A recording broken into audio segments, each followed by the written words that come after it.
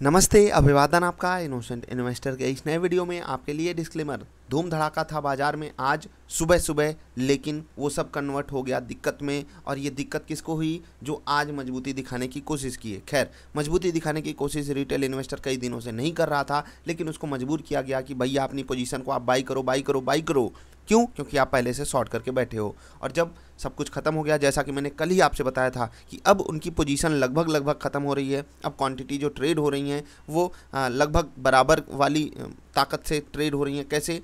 जितनी क्वांटिटी मुझे बेचना है, सामने वाले बंदे को ही उतना खरीदना है। बात समझ रहे हो? बस वही हुआ बाजार में जो एक्सपेक्टेड था। एक्सपायरी भी थी तो प्रीमियम खाया है सभी ने मिल करके। आप अगर देखोगे, बाजार खुली पॉजिटिव, ऊपर गई और उस ऊपर जाने के बाद बाजार को हो गई तकलीफ, और वो तकलीफ कन्वर्ट हो गई एक फ्लैट क्लोजिंग में। आज बाजार फ्लैट बंद हुई है, लेकिन बाजार में बहुत कुछ था जो जानने लायक था। चलिए हम बात करेंगे स्टॉक्स की जो बहुत तगड़े से भागे। पहले निफ्टी ट्रेडर पैटर्न वालों की बात करते हैं। 3 मिनट की कैंडल आपको बहुत कुछ बताना चाह रही थी कि आप पॉजिटिव साइड चले जाओ, इतना बड़ा गैप अप हुआ है, सब कुछ कर जाओ। लेकिन हमारे निफ्टी ट्रेडर पैटर्न ने बोला भैया सेल करना है, सेल शॉर्ट करना है आपको निफ्टी फ्यूचर्स को। और उसके बाद देखिए कितना भयंकर तहलका मचा बाजार में। पहला टारगेट बहुत ही बेहतरीन 3 मिनट की कैंडल पे हमारा हिट हुआ। उसके बाद हम बात करेंगे 10 मिनट की कैंडल पे। 10 मिनट की कैंडल पे तो कुछ सोचना समझना था ही नहीं, आपको सिर्फ शॉर्ट करना था। बैंक निफ्टी में हमारे साथ धोखा हुआ। 10 मिनट की कैंडल ने हमको सारे के सारे टारगेट दिए, लेकिन 3 मिनट की कैंडल यहाँ पर थोड़ा सा हमारे साथ छल कर गई। कोई बात नहीं, ये सब होता रहता है बाजार में। हमको यहाँ पर बाई सिग्नल मिलता है, और बाई सिग्नल मिलने के बाद हमारा स्टॉप लॉस यहाँ पर हिट हो जाता है। तो आज के लिए निफ्टी ट्रेडर पैटर्न वालों को मिला 3 टारगेट और 1 स्टॉप लॉस। चलिए अब बात करते हैं कुछ बेहतरीन स्टॉक्स की जिन्होंने आज धूम मचाने की कोशिश की। हम पॉजिटिविटी दिखाने वाले स्टॉक्स की नॉर्मली बात करेंगे, उसके बाद बात करेंगे टॉप मूवर्स में। हैप्पीएस्ट माइंड्स आखिरी आधे घंटे में यहाँ पर कुछ धमाका हो रहा था, और वो धमाका बहुत ही गजब का था। आप ये कैंडल देख रहे हो 3 बजे वाली, 3 बजे वाली कैंडल यहाँ पर बहुत कुछ कहना चाह रही है। और बहुत बड़े वॉल्यूम के साथ इतनी बड़ी बाइंग क्यों आ जाती है हमें नहीं पता। अब आप ये चीज़ डिकोड कैसे कर पाओगे? नहीं कर सकते ना। इसीलिए अच्छे स्टॉक्स को आप लेकर बैठे रहिए। अगर आपका टाइम होराइजन लॉन्ग टर्म का है, बहुत लॉन्ग टर्म का है, तो आप अच्छे स्टॉक्स का सिलेक्शन सही समय पे कर लीजिए। उसके बाद इत्मीनान से बैठे रहिए, आपको वहाँ पर तकलीफ नहीं होनी चाहिए। ठीक है? प्रॉफिट बुकिंग वगैरह आप अपने हिसाब से एडजस्ट करके करते रहिएगा। स्मार्ट तरीके से ही अपने पोर्टफोलियो को बनाकर रखिएगा। लॉन्ग रन में कैसे एडजस्टमेंट करना है उसके लिए मैंने वीडियो दी हुई है आपको, क्या प्रॉफिट बुक कर लें उसको ज़रूर देखिएगा। जेएसडब्ल्यू स्टील ये चमकता सितारा है। होली के बाद तो असली रंग इसी ने दिखाया है। जी हाँ, होली के बाद असली रंग जेएसडब्ल्यू स्टील, टाटा स्टील, वेदांत, ये सब ने गजब का मतलब रंग बिखेर दिया है चारों तरफ। लेकिन आज उसकी बात करेंगे जिसने मतलब जिसको हम छुपा रुस्तम भी कह सकते हैं, जो 50 रुपये पे भी अवेलेबल हुआ था, 55 रुपये के आसपास, वहाँ से डबल हो चुका है। और फरवरी से लेकर मार्च अप्रैल, बस 2 ढाई महीने में पैसा डबल, और बहुत ही सियोरिटी के साथ डबल किया है, बिना किसी तकलीफ़ के साथ डबल किया है। पूरी मतलब आप यहाँ पर पूरे कॉन्फिडेंस के साथ उस वक्त स्टॉक खरीद भी सकते थे जब ये अवेलेबल था 60 रुपये से नीचे। ये तो हो गए कुछ स्टॉक्स की बात जहाँ पर बड़ा मोमेंटम आज मैंने देखने की मतलब हिम्मत दिखाई कम, क्योंकि देखो इतना बड़ा मोमेंटम जब आता है तो आप डर जाते हो। पॉजिटिव साइड का ट्रेड लूँ, रिवर्स कर गया तो, नेगेटिव साइड का ट्रेड लूँ तो इतना ऊपर जा रहा है और ऊपर क्यों नहीं जा सकता। तो ऐसे डर से बचने के लिए आपके पास क्या होना चाहिए? एक सेटअप होना चाहिए, उसी सेटअप पे आपको ट्रेड करना चाहिए। टॉप मूवर्स की बात करते हैं तो आज ऑफकोर्स सी बात है जेएसडब्ल्यू स्टील निफ्टी का प्यारा दुलारा स्टॉक ये था, निफ्टी को पूरा सपोर्ट देने के फिराक में। लेकिन दिक्कत आज पता है कहाँ थी? आज ये जो टॉप मूवर्स हैं, आप यहाँ से अगर निफ्टी को देखोगे और निफ्टी की क्लोजिंग देखोगे तो कहोगे निफ्टी 1-1.5% ऊपर बंद होनी चाहिए। लेकिन ऐसा क्यों नहीं हुआ? क्योंकि जो हैवी वेट्स थे, जो बैंकिंग स्टॉक्स थे, वो बाजार को नीचे खींच रहे थे, और इसी कारण ये नहीं हो पाया। ये जेएसडब्ल्यू स्टील भले अपने आप में बहुत 30 मार्क आपने आपको लगाए, लेकिन जब निफ्टी के सामने इनको रखा जाता है, पता चला ये 10% ऊपर है, ये निफ्टी को 20 पॉइंट भी ऊपर नहीं खींच पाए। तो यही होता है। अब सोच कर देखिए, वेटेज की बात आ जाती है। टाटा स्टील भी भले 7% ऊपर था, लेकिन बाजार को पूरा सपोर्ट नहीं दे पाया। बजाज फिनसर्व सपोर्ट देने की कोशिश किया, बजाज फाइनेंस सपोर्ट देने की कोशिश किया, लेकिन ये सब अपने कारनामे दिखाने में फेल हो गए। क्यों? क्योंकि जो लूजर्स थे वहाँ बड़े बड़े ताकत वाले बंदे थे। जैसे ताकत वाले में कौन आता है? एचडीएफसी। अब बताइए, ये 1.5% नीचे और ना जेएसडब्ल्यू स्टील 10% ऊपर, दोनों बात बराबर आसपास आ गई ना। यही होता है। अब सोच कर देखिए, यही वेटेज का कमाल होता है कि ये जितना 1.5% नीचे बाजार को खींच लेगा उतना ये JSW स्टील 10% ऊपर नहीं खींच पाएगा। और इसी कारण जो है आज हमारे बाजार की जो क्लोजिंग है वो लगभग फ्लैट हुई है। यहाँ पर एग्जैक्ट क्लोजिंग 14,894 आई है, प्रोविजनल क्लोजिंग 14,888 के आसपास आई है।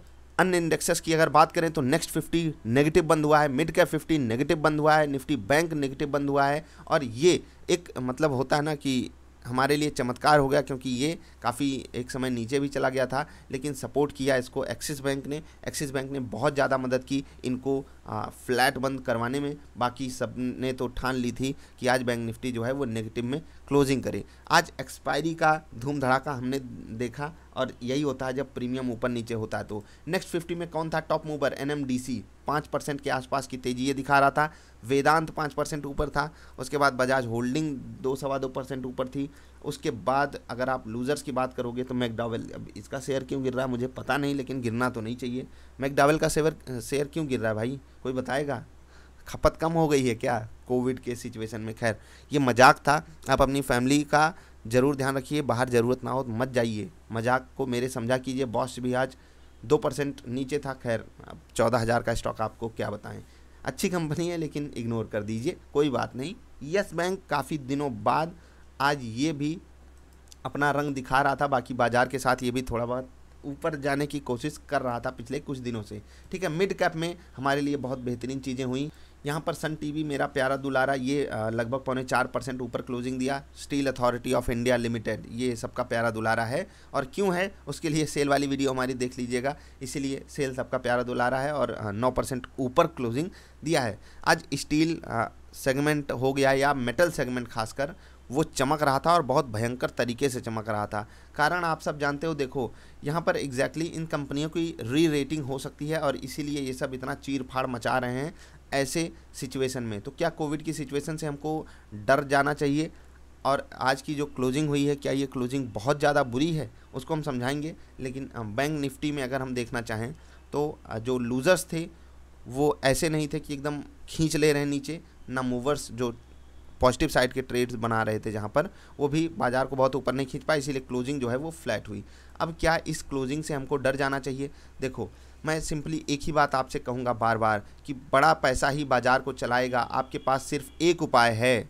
अगर आप ऑप्शन वगैरह में ट्रेड करते हो, कॉल एंड पुट में, तो मोमेंटम इंडिकेटर सीख कर ही ट्रेड कीजिए। ऐसे कुछ भी आप खरीद लोगे, नहीं अब तो निफ्टी जाएगी 14,000, मैं 14,000 की पुट खरीद के बैठ गया, अब ये गलत बात है। आपका पैसा जीरो हो जाएगा। क्या कर पाओगे? नहीं कर पाओगे, कुछ नहीं कर पाओगे।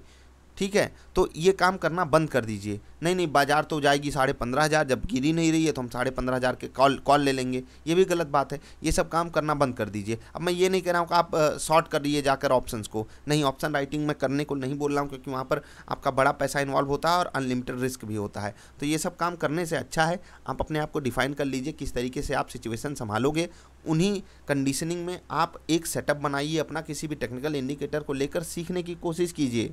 अदरवाइज बाजार खुलेगी इतना ऊपर। अब आप देख लीजिए 3 मिनट की कैंडल पे अगर आप देखोगे क्या हुआ बाजार में, अचानक ऐसा क्या पलट गया। हमको भले यहाँ पर सेल सिग्नल मिल गया, लेकिन अगर बैंक निफ्टी की तरह हमारे साथ हो गया होता, हम कुछ कर सकते थे क्या? हमको यहाँ पर बाई सिग्नल मिल गया और बिल्कुल फेक बाई सिग्नल मिला। अब ये ऑपरेटर्स आपके साथ करेंगे ही करेंगे, आप कुछ भी नहीं कर सकते हो। बिल्कुल फेक बाई सिग्नल मिला, हमारा ये स्टॉप लॉस बिल्कुल बच जाता अगर हमको फेक बाई सिग्नल यहाँ पर नहीं मिला होता। और वो फेक कैसे था आप खुद देख लीजिए। निफ्टी का चार्ट आप देखकर समझने की कोशिश कीजिए। बाजार ऊपर खुलती है, गैप अप करती है, ऊपर 1-2-3 ग्रीन कैंडल्स भी बना देती है। उसके बाद क्या होता है? उसके बाद अचानक से सेलिंग आ जाती है। कौन करता है सेलिंग? जो यहाँ पर बाइंग किया है क्या? नहीं, जिनके स्टॉप लॉसेस कटे हैं। पहले तो स्टॉप लॉसेस कटे, जब स्टॉप लॉसेस कट गए उसके बाद स्टॉप लॉसेस कैसे शॉर्ट कवरिंग होती है वो तो मैंने कल सवाल में भी आपको पूछा था और आप समझ भी गए होंगे क्या होती है शॉर्ट कवरिंग। और उसके बाद शॉर्ट कवरिंग हुई, उसके बाद फ्रेश शॉर्ट्स बने हैं, प्रीमियम खाया गया है। ऐसी कंडीशन से पहली बात तो ये कंडीशन हमेशा आती जाती रहेंगी, हम बचा ही नहीं सकते। हमारे पास एक रणनीति होनी चाहिए। ऐसी ही रणनीति आप ज़रूर बनाइए, नहीं तो आप इस बाज़ार में बहुत चोट खाओगे। यही मैं आपको सलाह दे सकता हूँ। अपना और अपनी फैमिली का ख्याल रखिए। हम मिलते हैं फिर से कल की बाजार वाली वीडियो में, जहाँ पर आपको बताएंगे कल बाजार कहाँ खुलेगी, किस तरह मोमेंटम होगा। आई होप कि कल की बाजार वाली वीडियो आपने इससे पहले देखी हो, जहाँ पर मैंने आपको बताया था पॉजिटिव साइड का ट्रेड लेने में आपको हिचक होनी चाहिए। क्यों? क्योंकि जो शॉर्ट्स हैं वो लगभग कल कंप्लीट कट जाएंगे और फिर वहाँ से आपकी तकलीफ बढ़ सकती है। अगर आपने देखा होता तो कुछ स्मार्ट डिसीजन आप ले सकते थे। खैर, स्मार्ट डिसीजन बिल्कुल इंडिविजुअल चीज़ होती है, वहाँ पर कौन क्या डिसीजन लेता है वो उसी पे डिपेंड करता है। अपने आप को काबिल बनाते हुए चलिए, हम मिलेंगे फिर से, तब तक के लिए नमस्कार।